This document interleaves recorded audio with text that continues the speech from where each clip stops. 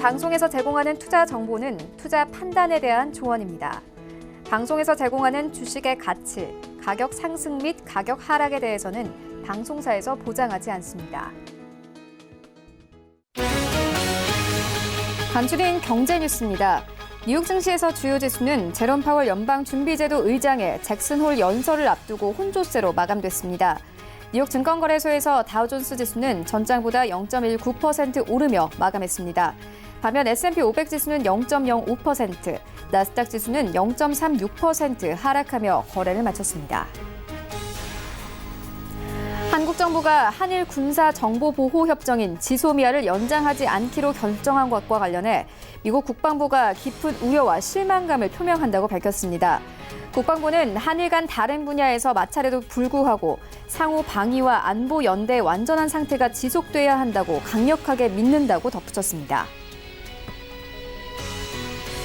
한국과 영국이 현지 시간 22일 런던에서 2달 후 영국의 유럽연합 탈퇴를 대비한 자유무역협정 FTA에 서명했습니다.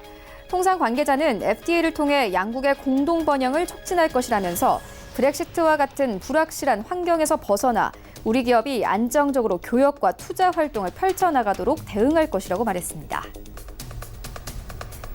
유럽중앙은행이 지난달 금리 인하와 자산 매입을 함께 실시할 경우 나타날 효과에 대해 논의할 것으로 나타났습니다. 현지 시간 22일 로이터 통신 등에 따르면 22일 7월 의사록에서 금리 인하와 자산 매입의 조합과 같은 정책 패키지는 일련의 선택적인 조치보다 더 효과적이었다는 주장도 나온 것으로 확인됐습니다.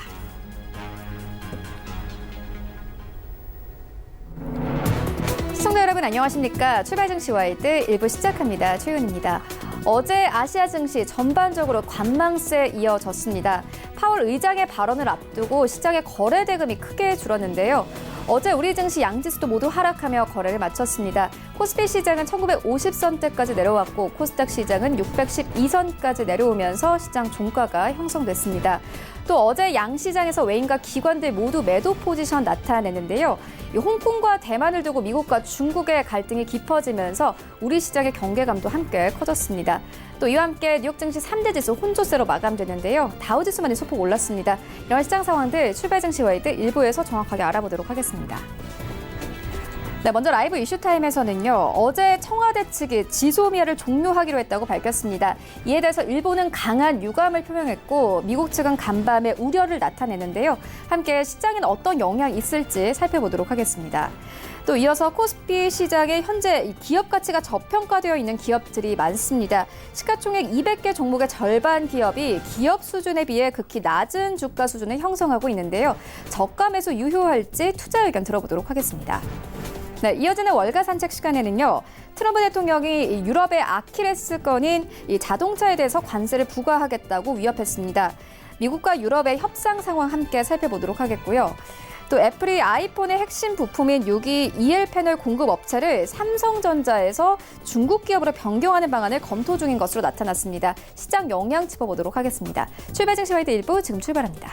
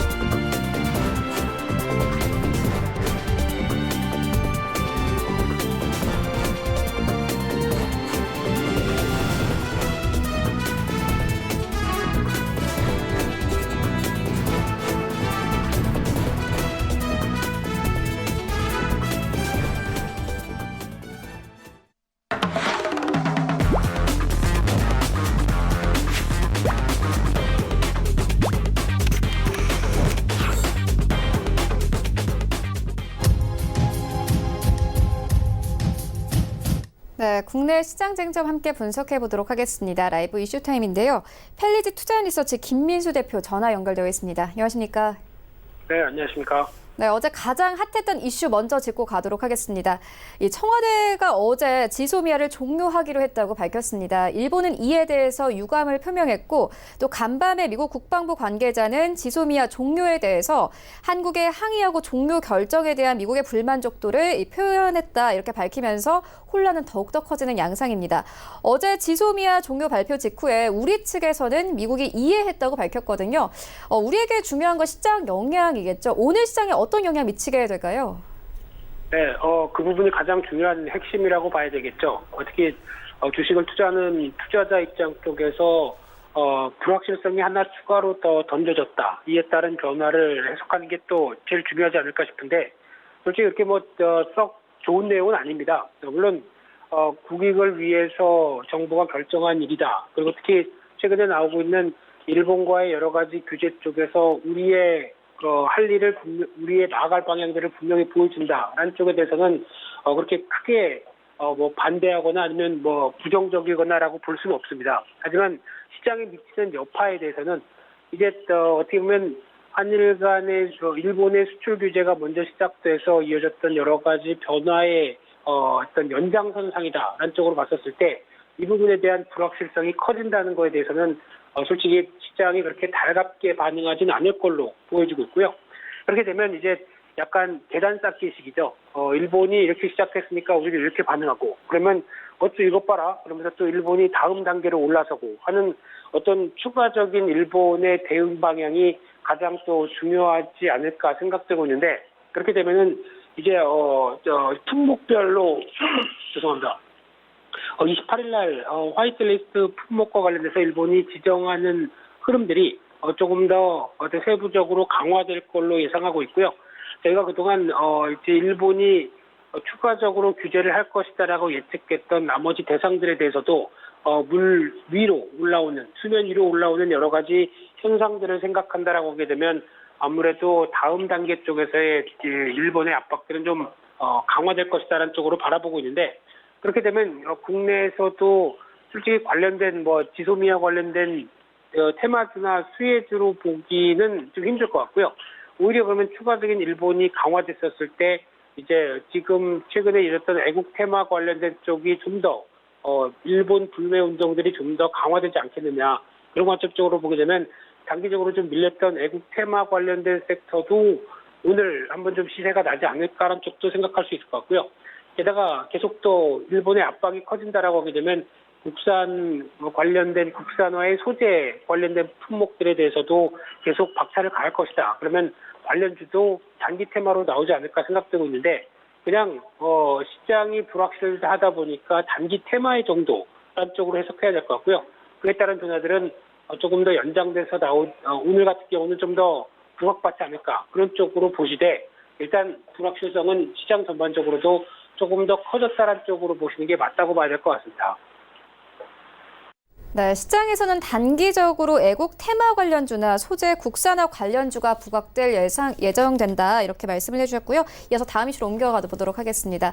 코스피가 이른바 박앤세일 중입니다. 코스피 시가총액 상위 200개 종목 가운데 절반 이상의 주가가 낮은 수준에 형성되어 있는데요.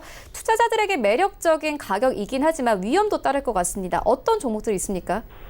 네, 싸긴 쌉니다.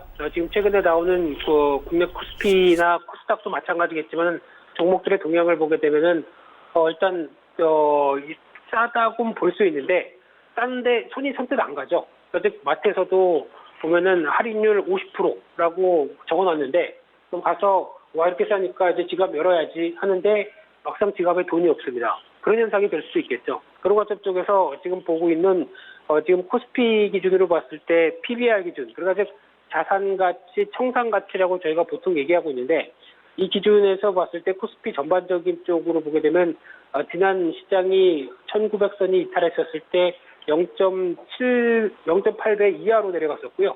지금 현재 한 0.83배 정도 이어지고 있는 수준이다 보니까 일단 금융위기 때보다 더 싸다라는 관점들, 그리고 자세히 보게 되면 10곳 중에서 6곳이 장부가 미만으로 거래된다라고 하는 통계도 나온 만큼 일단 자산 대비해서는 무척 싸다란 쪽으로 보여지고 있는데, 특히 PBR 0.3배 이하로 나오는 종목을 보게 되면 한국전력, BNK 금융지주, 현대제철 17개사가 이런 쪽에 포함이 됩니다. 거기다가 또 하나 지표를 보게 되면 수년금이 시가총액보다 수년금이 더 많은 회사들도 눈에 띄게 되죠. 대표적으로 신도리코라든가 키스코 홀딩스 이런 쪽에 대한 회사들도 어떤 저평가 메리트가 뚜렷한 상황들인데 시장에서는 거의 반응을 못하고 있다는 게 상당한 큰 괴리감이 아닐까 생각이 되고 있는데 여기서 중요한 게 이 PBR의 의미를 좀 한 번씩 생각해 볼 필요가 있지 않을까 생각되고 있는데요. 일단 이렇게 되면은 차라리 뭐하러 상장을 하냐. 차라리 그냥 상장 폐지하면은 주가 2배 되겠네. 이런 수준이 될 수 있겠죠. 왜냐면 PBR이 0.5다라고 하게 되면은 장부가 청산으로 청산 가치대로 만약에 상장 폐지가 이어져서 어떤 투자자들한테 돌려준다라고 하게 되면 이런저런 비용 빼고도 거의 2배 가까운 수익률이 나올 수 있겠다라는 쪽도 예측해 볼 수 있는 상황들이겠죠. 아주 극단적인 경우라고 하게 되면요. 그런데 그럴 가능성은 거의 없다라고 보시면 될 것 같고요. 근데 이제 중요한 변화가 이 PBR 같은 경우는 쉽게 말씀드리면은 자산 가치의 의미인데 아직 기업들의 업력이 오래될수록 특히 기업 같은 경우는 어떤 수익 창출을 위해서 존재하지 않습니까? 그러다 보니까 기업들이 계속 한 1년, 2년 그리고 한 10년, 20년 이런 식으로 쭉 쌓여가게 되면은 물론 연도별이나 아니면 업황에 따라서 실적들이 생각보다 좀 떨어질 수도 있겠죠. 하지만 그게 일시적이나 뭐 2, 3년 정도 이어진다고 하더라도 계속 중요한 부분들은 기업들이 영업 활동을 해가면서 수익을 쌓다가 회사에 유보하는 현금이나 아니면은 우리가 앞으로 업황이 좋다 보니까 공장을 더 지어서 설비 투자를 해야겠다라고 생각하게 되면 갖고 있던 또 돈으로 공장을 짓고 이런 현상이 되다 보니까 영업 활동과는 상관없이 어떤 기업들의 유보한 현금이나 아니면 자산이나 설비나 이런 쪽은 계속 늘어날 수밖에 없는 게 시간이 지나면 당연히 늘어날 수밖에 없는 게 현실이죠. 그러다 보니까 PBR 같은 경우, 즉 자산 같은 경우는 꾸준히 쌓여가는 현상들이 나오는데 그러다 보니까 주가가 이를 반영하지 못한다라고 하게 되면 자산 대비 싼 흐름들이 나올 수밖에 없는 게 지금의 구조다라고 보시면 될 것 같고요. 앞으로 또 10년 뒤로 가게 되면은 주가가 제대로 이를 반영하지 못하게 되면은 더 싸질 수 있습니다. 그거는 당연한 사실이라고 봐야 될 것 같은데 하지만 앞서 말씀드린 것처럼 시장의 흐름들과 함께 생각해봐야 될 가장 큰 측면들은 주가는 싸다는 변화만 가지고 움직이지 않는다는 게 가장 중요한 현상이죠. 싼 건 알겠는데 그럼 그 다음에 뭐라고 어떤 의문을 품게 되면은 가장 중요한 게 실적이라고 봐야겠죠. 즉 기업은 영속성으로 수익 활동을 통해서 계속 실적을 쌓아 나간다라는 실적이 좋아져야 된다라고 하는 기본 명제가 있는데 이 실적이 좋아진다는 거에 대해서 답을 하지 못한다라고 하게 되면 일단 저평가를 그대로 놔두게 되는 꼴이 밖에 안 듣는다라는 관점 쪽에서 주목해야 될 것 같고요. 그렇게 되면 항상 또 실적 대비한 지표를 봐야 됩니다. 그런데 지금 코스피 PR 지표를 보게 되면 현재 한 11배 정도, 11배 초반 정도 수준으로 보여지고 있는데 그렇다는 얘기는 쉽게 말씀드리면 과거에 저희가 코스피 시장에서 종목들 기준을 봤을 때 PR 한 10배 수준 정도를 많이 봤었죠. 이 정도에서 그렇게 크게 비싸지 않구나라는 수준으로 봤었는데 지금은 주가가 밀렸는데도 PR이 11배 수준 정도까지 들어와 있다라고 하게 되면은 쉽게 말씀드리면은 주가보다 실적이 더 많이 떨어졌다는 얘기죠. 그런 상황에서 봤었을 때 실적에 대한 답을 해주지 못하게 되면은 그냥 이런 어떤 저평가 상태 종목들을 가지고 딜링을 해서 단순히 자산 대비 싸다만 흐름을 가지고 대응하기는 아직은 좀 역부족이다. 대표적으로 앞서 말씀드린 한국전력 같은 경우도 비슷한 케이스겠죠. 물론 이제 정부 정책적인 영향도 있겠지만은 지금 어떤 적자를 계속 기록하고 있고 적자 흑자를 왔다 갔다 하는 상황 속에서 무조건 자산 대비해서 싸다라고 하게 되면은 이에 따라서 투자 전략을 세우기가 상당히 좀 어렵겠죠. 그만큼 실적에 받쳐주지가 않기 때문에요. 그런 상황 속에서 앞으로는 어느 정도 실적에 대한 개선이나 변화가 나오겠다라고 하게 되면은 이런 어떤 싼 종목들 같은 경우 사서 바이앤홀드 하면 됩니다. 그래서 언젠가는 그래도 자산 가치 수준에 적어도 한 0.5배, 0.7배 이 정도 수준까지는 기록하겠지. 이런 식으로 아주 장기 플랜 쪽으로 가져가는 것은 뭐 나쁜 전략은 아닐 수가 있습니다. 하지만 그 사이에 잘 견뎌야 되겠죠. 어떤 시장의 여파나 파고를 잘 견딜 수 있는 자신이 있다라고 하게 되면 이런 종목을 투자하는 것도 나쁘지가 않은데 근데 하지만 중요한 거는 실적에 대한 성장성이 확인이 돼야 주가는 그를 모멘텀을 안고 저평가 메리트가 뚜렷하다라는 것 쪽에서 주가가 탄력을 받는다는 부분들을 분명하게 아셔야 될 것 같고요. 그러다 보니까 지금 같은 경우도 일단 전략을 짜실 때 싸긴 싸구나. 근데 다음에 어떤 실적 관련된 베이스가 나오지 못한다라는 부분들은 염두를 하시면서 지금 전략을 짜시는 게 좋겠다. 그렇게 바라보고 있습니다. 네, 단순히 싸다고 매수를 하는 데 무리가 있고 실적 성장성을 확인할 필요가 있다 이렇게 짚어주셨습니다. 또 저가 매수의 기회가 있는 업종들도 있습니다. 바로 제약 바이오주인데요. 최근에 반등세 나타내고 있습니다. 투자 의견 들어보도록 하겠습니다.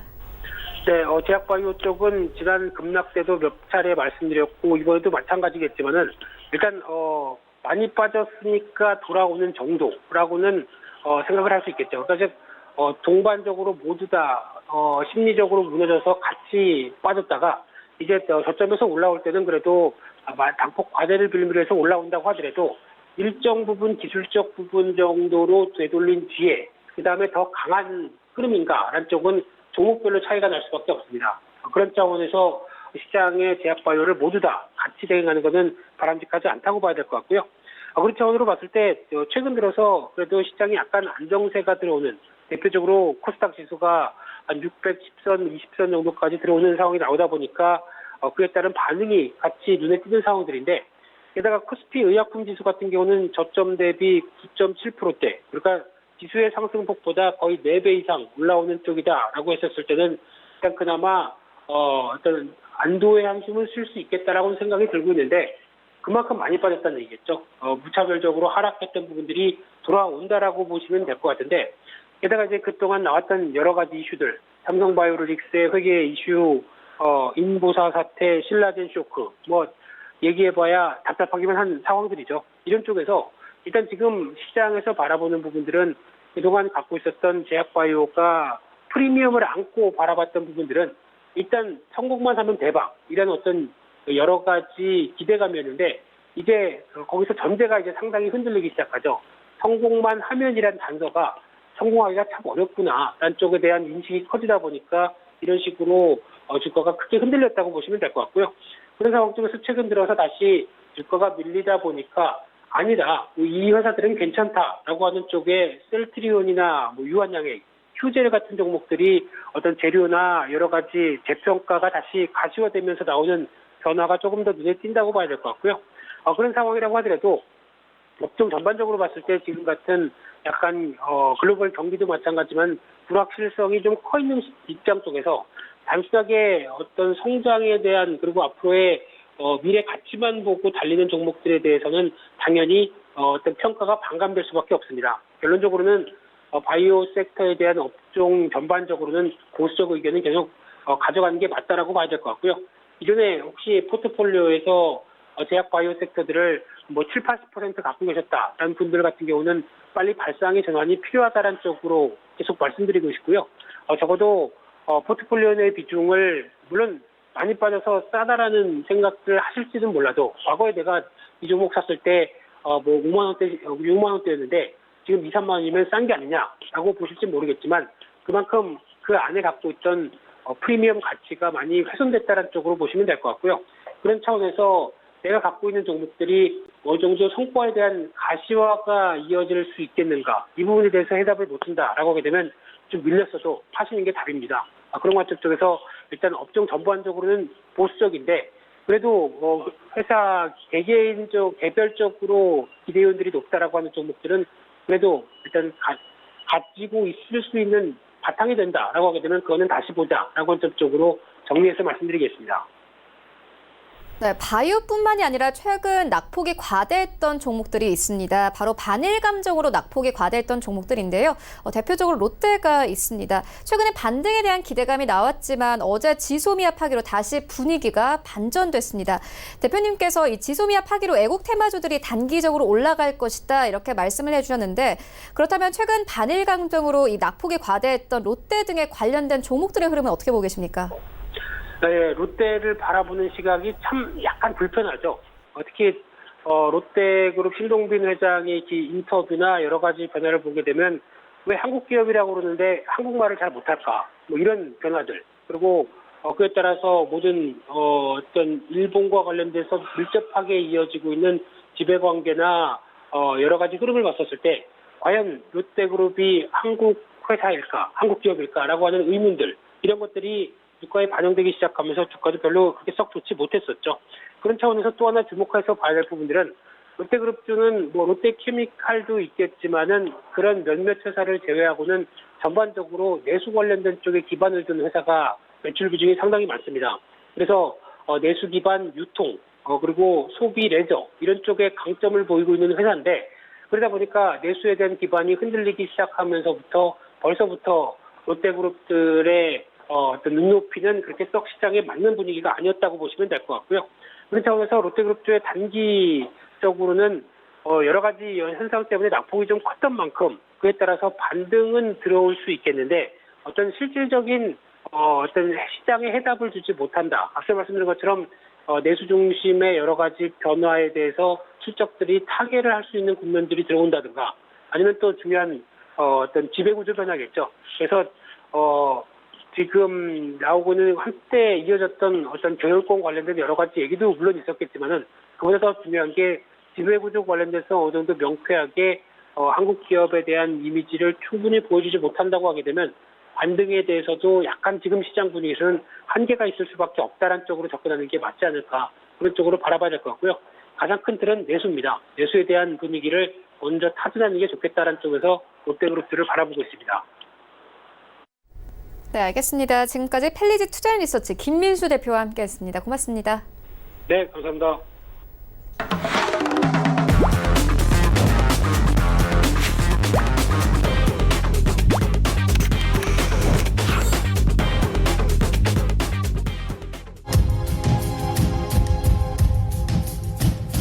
네, 글로벌 이슈 체크해보고 가도록 하겠습니다. 이 KTB 투자증권 이성훈 과장 전화 연결되어 있습니다. 안녕하십니까?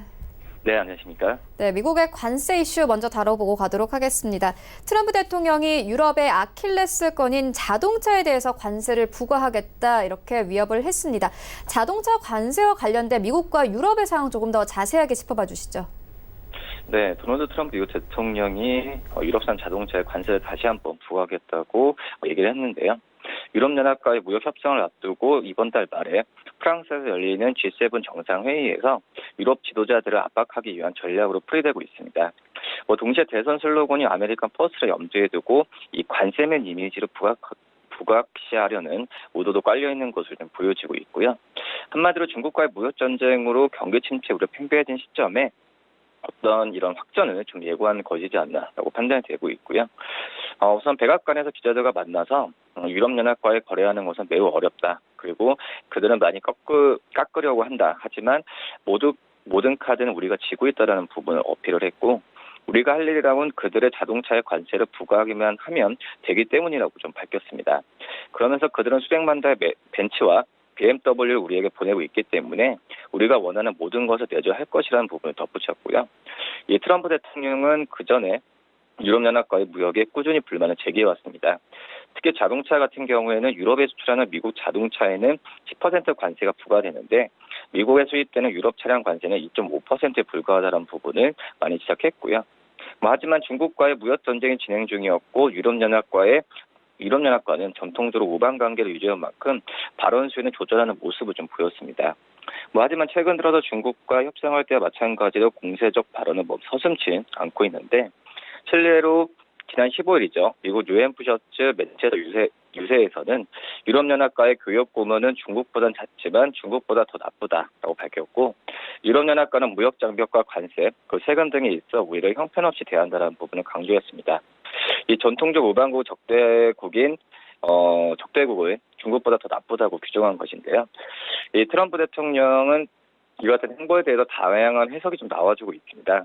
우선 최근에 유럽연합과의 재미 무역 흑자가 늘어난 것에 대한 부담을 느꼈다는 분석이 좀 제기되고 있고 유럽연합 통계기구죠. 이 유로스타트 같은 경우에는 지난 16일에 올해 상반기 미국의 대유럽연합 무역 적자가 750억 유로로 전년 동기 대비해서 11% 증가했다고 발표했고요. 오늘 24일부터 26일에 있죠. 이 G7 정상회를 앞두고 이 유럽 정상들을 압박하기 위한 전략이라는 의견도 많이 있다. 이렇게 정리할 수 있겠습니다. 이 주요 외신들은 이번 G7 회의가 무역에 대한 이견으로 사상 처음 공동선언문 없이 끝날 수 있다고 전망하고 있고, 이외에도 선거 유세형 발언이라는 해석이 나와주고 있고요.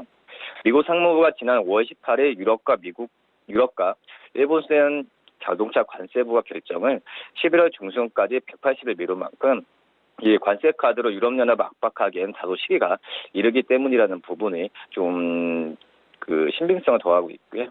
이 관세면 이미지를 부각시키기 위한 의도라는 풀이도 많이 있습니다.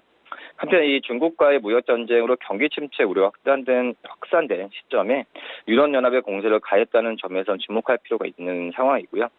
특히 미국과 유럽연합이 이번 달 초에 면세 적용 미국산 쇠고기 물량을 대폭 늘리기로 합의한 지 얼마 지나지 않아서 더욱 눈길을 끄는 부분이고요.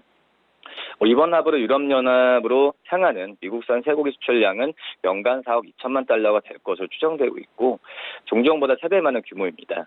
이 중국과의 무역 전쟁으로 타격을 입은 일부 농민들에게는 숨통이 틔어질 것이라는 부분을 CNBC에 내다봤고요. 이 같은 합의에도 불구하고 트럼프 대통령이 유럽산 자동차의 관세 부과를 강행하면은 유럽연합 역시 본격적인 보복에 나설 것으로 좀 전망이 되고 있습니다. 이 블룸버그는 미국과 중국의 관세 전쟁이 금융시장에 막대한 영향을 주고 있는 상황에서 이 유럽마저 트럼프 대통령의 무역 전쟁에 휘말리게 되면은 추가적인 파장은 가늠하기 어렵다는 부분을 우려했고요. 양측의 무역 전쟁이 현실화되면은 미국과 유럽연합 모두 적지 않은 피해가 예상되는 현재 상황이라고 좀 볼 수 있겠습니다. 미국 자동차 판매협회는 올해 초에 수입차에 최대 25% 관세를 부과할 경우에 미국산 차량 가격이 평균 2,270달러, 그리고 수입 차량과 트럭 가격은 평균 6,785달러를 인상될 것으로 전망을 했고요. 이 미국 내 자동차와 관련 산업에서는 일자리가 36만 6,900개가 사라질 것이라는 부분을 경고했습니다. 이에 따라서 소비와 투자도 위축될 것이라고 지적을 했고요. 유럽 역시 상황이 다르지 않습니다. 이 유럽연합의 대미 자동차 수출은 전체 자동차 수출량의 약 25%에 달하는데, 독일의 아이포 경제연구소 같은 경우에는 작년에 미국 유럽산 자동차에 관세를 부과할 경우에 독일의 GDP의 0.2%, 그리고 약 60억 달러가 줄어들 것으로 추정을 했고요. 유럽연합 경제의 핵심인 독일이 흔들리면은 다른 유럽연합 회원국들도 영향을 받을 수밖에 없는 상황이니까 이런 문제 같은 경우에 더 커지면은 양측 다 불리하지 않을까 이렇게 좀 판단이 됩니다. 네, 자동차 관세 압박은 G7 정상회의를 앞두고 유럽 정상들을 압박하기 위한 전략으로 보인다. 이렇게 정리해 주셨습니다. 이어서 다음 이슈로 옮겨가 보도록 하겠습니다. 애플 다뤄보도록 하겠습니다.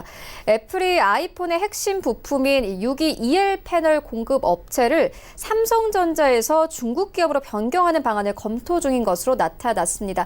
배경 어디 있다고 보십니까?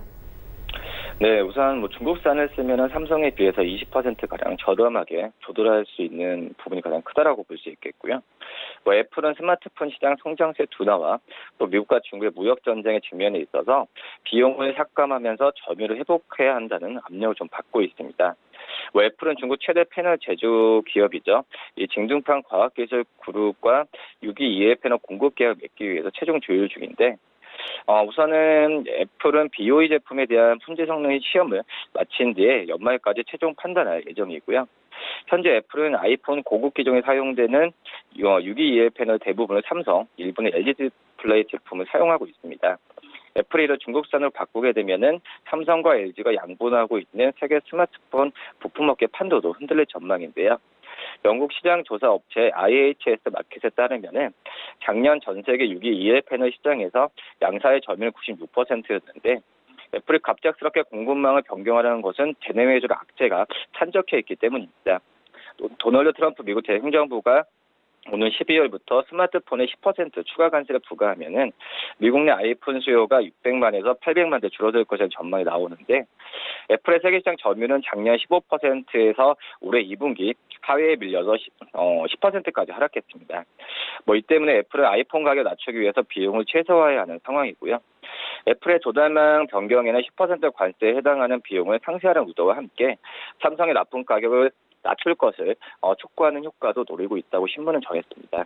이 6위 EFN올은 아이폰 제조 비용이 약 30%를 차지하는데 다만 이제 미국과 중국의 통상 마찰이 더 격화되면은 이 미국 정부가 민간 기업의 조달 금지를 요구하는 등 중국 업체 제품에까지 불통이 튈 가능성이 있어 리스크도 있다고 신문을 지적했고요. 아울러 BOE의 대주주가 베이징시 정부계 조직인 만큼 중국 당국의 입김으로부터 자유롭지 않다는 지적도 나와주고 있습니다. 작년에는 정부로부터 순이익의 약 60%에 해당하는 보조금을 받았고 애플의 6위의 펜을 공급하는 이 매냥 공장 투자액의 약 7천억엔 여기서 90%는 중국 공기업이나 금융기관 조달했기 때문에 쉽지 않은 문제이지 않나 이렇게 보입니다. 네, 알겠습니다. 이어서 다음 이슈로 옮겨가 보도록 하겠습니다. 최근 미국 기업들의 자사주 매입이 크게 둔화된 것으로 나타났습니다. 이를 두고 월스트리트 저널 측은 불확실성으로 잠재적으로 기업들이 지갑을 조이고 있는 신호다 이렇게 평가를 했는데요. 과장님께서는 어떻게 보고 계십니까? 네, 역시 글로벌 경기가 안 좋았을 때 미국 기업들이 이 현금을 갖고 있는 부분은 당연한 상황이지 않나라고 생각이 되고 있고요. 우선 S&P 500주에 편입된 기업들의 2분기 자사주 매입이 2017년 4분기 이후에 가장 큰 폭으로 둔화했다는 부분이 전해졌습니다. 이들 기업의 2분기 자사주 매입은 1,660억 달러, 우리나라 돈으로 199조 7,810억인데요. 1분기 2,058억 달러와 작년 동기의 1,906억 달러에 비해서는 각각 22.2%, 16.05% 줄어든 수치고요. 한마디로 2분기 연속 감소를 좀 기록했습니다. 미국과 중국의 무역 전쟁에 따른 관세 위협과 시점 및 글로벌 성장 둔화, 또 연준의 금리 향배로 둘러싼 불확실성과 씨름하고 있는 기업들이 잠재적으로 지갑을 조이고 있다는 신호라고 평가되고 있고요.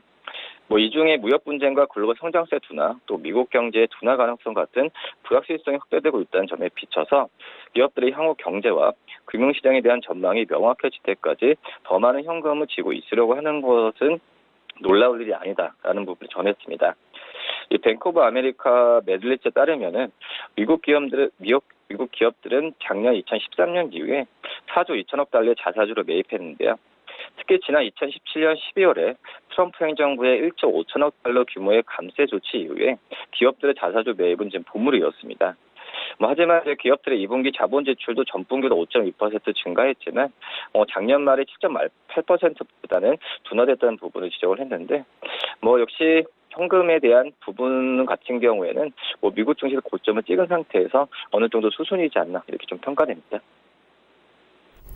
네, 알겠습니다. 이어서 다음 이슈로 옮겨가 보도록 하겠습니다. IMF가 총재 선출 시 연령 제한을 없애는 방안을 추진하기로 하면서 불가리아 출신인 크리스탈리나 게오르기에바 세계은행 최고 경영자가 IMF의 차기 총재 취임이 확실시되고 있습니다. 전망 어떻게 보고 계십니까?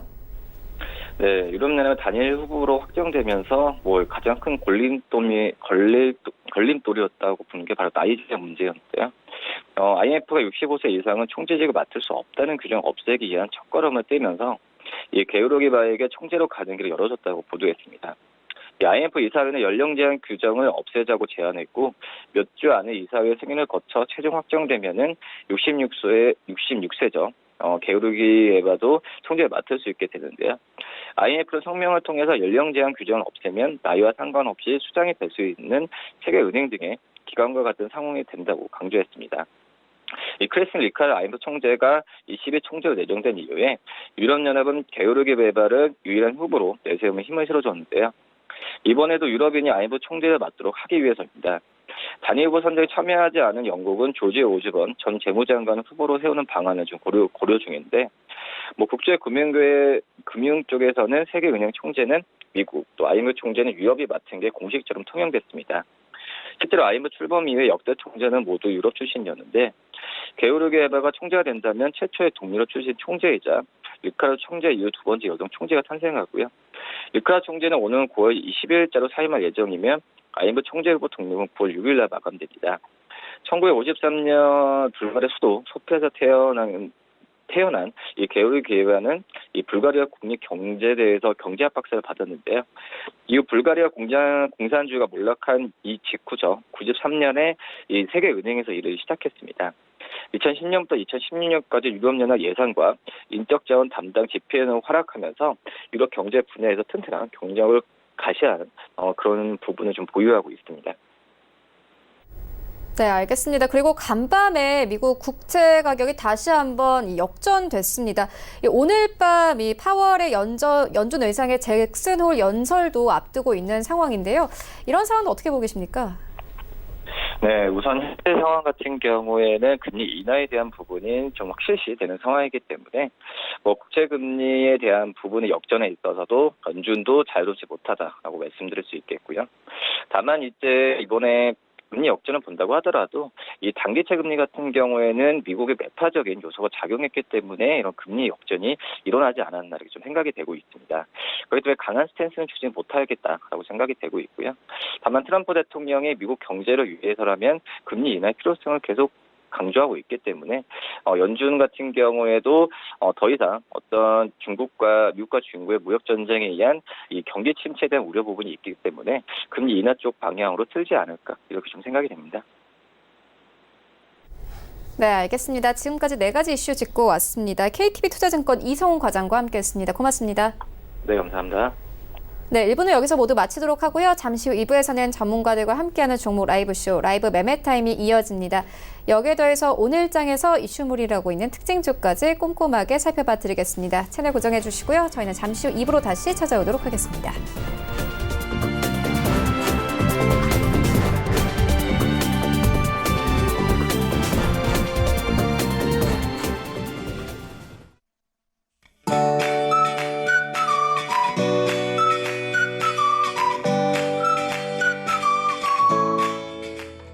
안녕하세요. K웨더 라이프스타일 예보 오조입니다. 오늘은 처서입니다. 여름이 지나면 더위도 가시고 신선한 가을을 맞이하게 된다는 의미로 더위가 그친다는 뜻인데요. 처서긴 하지만 오늘도 대부분 지역이 30도 안팎의 더위가 이어지겠습니다. 서울, 대전의 낮 기온은 30도, 춘천과 광주, 부산은 29도를 기록하겠습니다. 다음은 열사병 위험지수입니다. 오늘 중부지방으로는 서울, 대전은 위험단계, 남부지방으로는 대구, 부산, 제주는 위험단계 예상됩니다. 따라서 장기간 야외 활동은 자제해 주시고요. 또 여름이라 아이스 커피를 찾는 분들이 많으실 텐데 과도한 카페인 섭취는 불면증을 유발하고 또 오히려 이뇨작용이 활발해져서 체내 수분을 빼앗기 때문에 많은 양의 커피보다는 물을 더 많이 드시는 게 좋겠습니다. 한편 폭염 수준은 아니더라도 날은 여전히 덥지만 대기순환이 어눌해지면서 오늘 전국의 미세먼지 농도는 보통 단계로 대기질은 아주 깨끗하겠습니다. 따라서 오늘 마음 놓고 실내 환기를 하셔도 좋겠습니다. 이 시각 위성 영상에는 중북부 지방은 구름만 지나는 가운데 강원 영동과 충청 이남 지역은 흐린 날씨를 보이고 있고요. 또 산발적으로 빗방울이 떨어지는 곳도 있습니다. 다음은 자세한 지역별 날씨입니다. 중부지방의 하늘은 맑겠고 낮 기온은 서울과 대전 30도, 수원과 춘천은 29도까지 올라 덥겠습니다. 동해안은 아침까지 흐린 모습을 보이다가 낮부터 점차 맑아지겠습니다. 남부지방의 경우 제주 지역을 제외한 대부분 지역이 아침까지 흐린 모습을 보이다가 낮부터 맑아지겠고요. 대구는 낮 기온이 31도까지 올라 덥겠습니다. 오늘 항해나 조업하시기에 적합한 날씨 예상됩니다.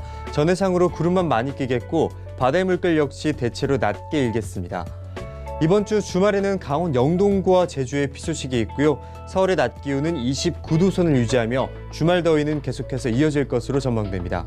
오늘도 힘찬 하루 보내시기 바랍니다. 날씨였습니다.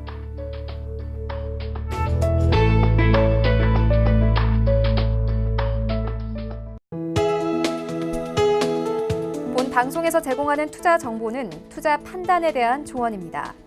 방송에서 제공하는 주식의 가치, 가격 상승 및 가격 하락에 대해서는 방송사에서 보장하지 않습니다.